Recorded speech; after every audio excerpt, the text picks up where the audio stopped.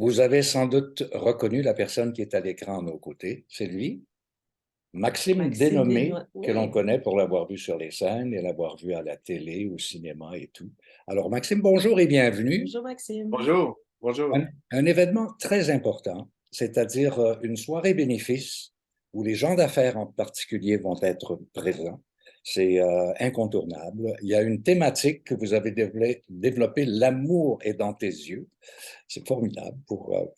Et j'aimerais savoir, toi, tu signes la mise en scène.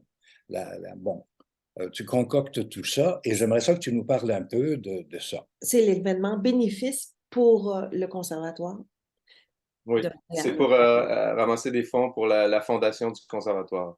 Ouais. Ouais. On a un objectif de 25 000 c'est pour aider les étudiants dans le besoin. Ça peut être sous forme de bourse d'excellence. Ça peut servir à des leviers financiers pour des gens qui ont des difficultés financières, ou ça peut être aussi pour des bourses de perfectionnement. Ils peuvent faire des demandes pour avoir des classes de maître à l'international. Alors, je vais mettre une image, Maxime, où on pourra évidemment nommer les gens qui participent, des vedettes, disons-le. Et puis, chacune de ces personnes aura un rôle à jouer et inclut là-dedans aussi des élèves, des étudiants de première, deuxième ou troisième année, je crois, non? Oui, oui, j'ai demandé aussi à des premières années de faire une scène et des finissants qui vont chanter une chanson aussi. Ouais. Parce que je mêle aussi le théâtre et la poésie et la chanson. Alors, si on parlait des numéros de certains des participants, Oui. On a Julie Perrault et Frédéric Blanchette qui vont nous faire un extrait de l'École des femmes de Molière, scène qu'ils avaient fait il y a 25 ans, quand ils étaient en première année au conservatoire. Alors, je trouvais ça très drôle de refaire ça 25 ans après. On a Patrice Robitaille qui va nous faire un extrait de Cyrano de Bergerac, qui a euh, déjà joué au théâtre. avec Evelyne Brochu qui a accepté d'être sa Roxane. Evelyne Brochu qui va nous faire aussi une chanson de son album, parce que en plus d'être une vedette de cinéma et de télé, elle fait aussi de la musique. Et elle a une très jolie voix. Oui, très jolie voix. Et il y a François Letourneau aussi qui a accepté d'être là. Il va nous lire un extrait de sa première pièce sous forme de monologue. Ensuite, on a Ève Landry qui va nous lire un court texte de Marguerite Duras sur les relations hommes-femmes. Parce que, évidemment, la thématique, comme on faisait ça à la Saint-Valentin, c'est sous le thème de l'amour. Et le titre de la soirée, on a appelé ça L'amour dans tes yeux parce que je voulais reprendre une chanson qu'une finissante avait fait lors de son cours de chant, qui était Ce soir, l'amour est dans tes yeux, reprise de Martine Sinclair. Alors, c'est ça, il y a de la musique et du théâtre et un peu de poésie. Et la musique va être assurée par qui? Par moi, entre autres. OK. Moi, j'aime beaucoup ces soirées-là parce que c'est une occasion pour moi de ressortir ma guitare, parce que j'aime beaucoup gratter la guitare, puis j'ai jamais... C'est les seules occasions où je peux la sortir et pratiquer un peu. Je vais jouer de la guitare. Yves Morin, qui est le professeur de chant, va accompagner aussi au piano. On a aussi j'ai demandé à une diplômée du Conservatoire de musique, une violoncelliste, Lorraine Gauthier, de venir faire deux interventions. Euh, Ensuite, on a un finissant qui jouait du drum, de la batterie, qui va être là. Il y a Frédéric Blanchette qui va jouer de la basse. Alors, j'ai concocté comme un genre de house band avec des anciens et des élèves actuels. Alors, tu réchauffes ma matinée, alors je vais me permettre Oui. d'enlever ma tuque parce que c'est vraiment pas chaud.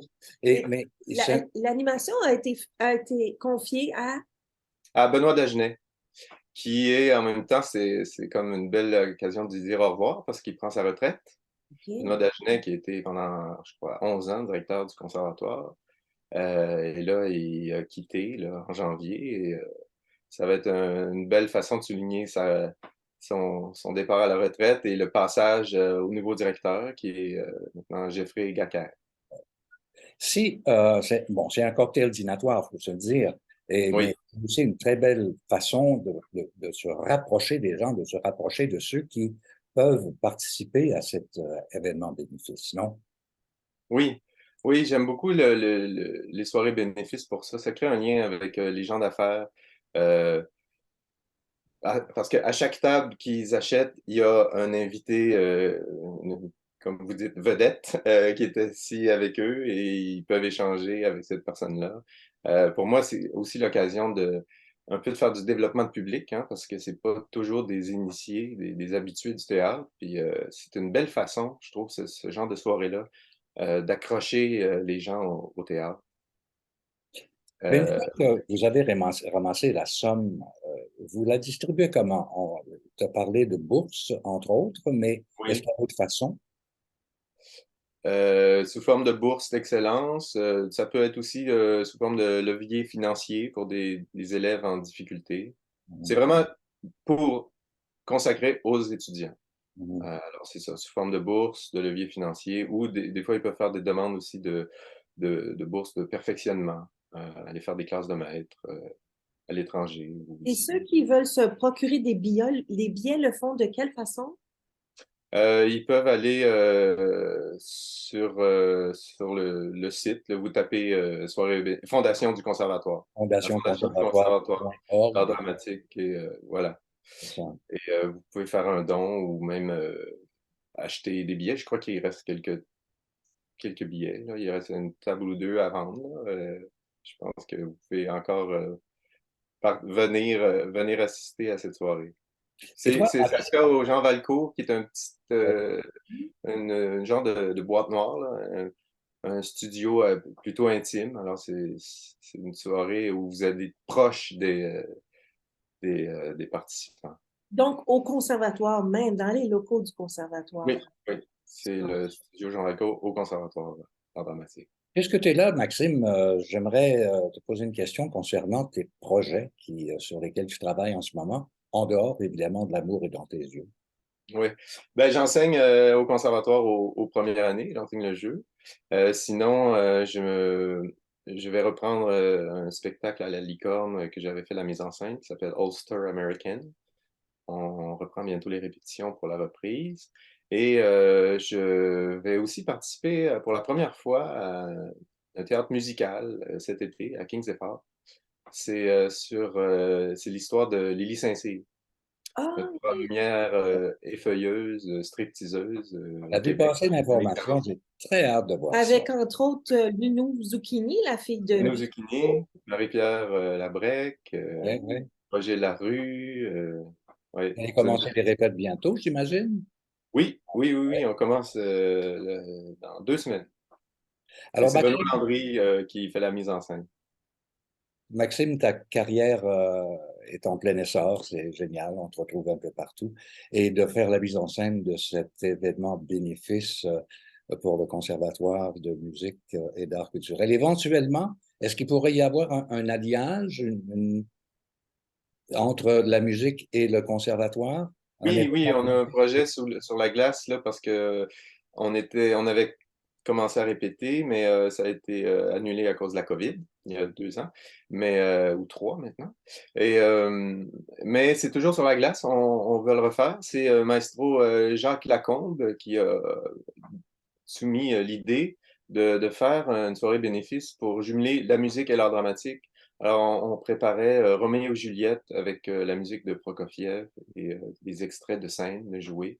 Alors, j'avais recruté des gens qui avaient déjà joué Roméo et Juliette parce que c'est des événements bénéfices. Il faut prendre des choses quand même qui sont un peu préparées parce que les artistes font ça bénévolement. Alors, Mhm. c'est bien de trouver des choses qu'ils ont déjà jouées ou déjà fait. Donc, ce Mais ça, serait, j'ai très hâte de faire ça parce ce qu'on va serait, faire ça à la Maison Symphonique. oui, OK. Donc, ce serait des parties jouées, des parties chantées pour ce qui est des textes. Non, il n'y a pas de partie chantée. C'est des OK. scènes jouées. OK. C'est un montage là, de Roméo et Juliette, un peu condensé, mais avec la musique de Prokofiev et l'orchestre symphonique du Conservatoire, qui Wow. jouait sous la direction de Jacques Lacombe. Alors, ce sera pour OK. 2024 à la Maison Symphonique, c'est une très belle nouvelle. Probablement 24-25, oui, quelque part là. Génial. Alors, écoute, Maxime, merci. On va mettre le site du conservatoire, fondationconservatoire.org, Oui. sur la communication. Et en même temps, on va probablement se retrouver pour L'amour est dans tes yeux le 14 février à 19 heures au Oui. conservatoire. Très Ben, belle merci, façon de fêter la Saint-Valentin. absolument. Merci Merci à vous. Merci, et Maxime. bravo. Salut. Merci. Au revoir.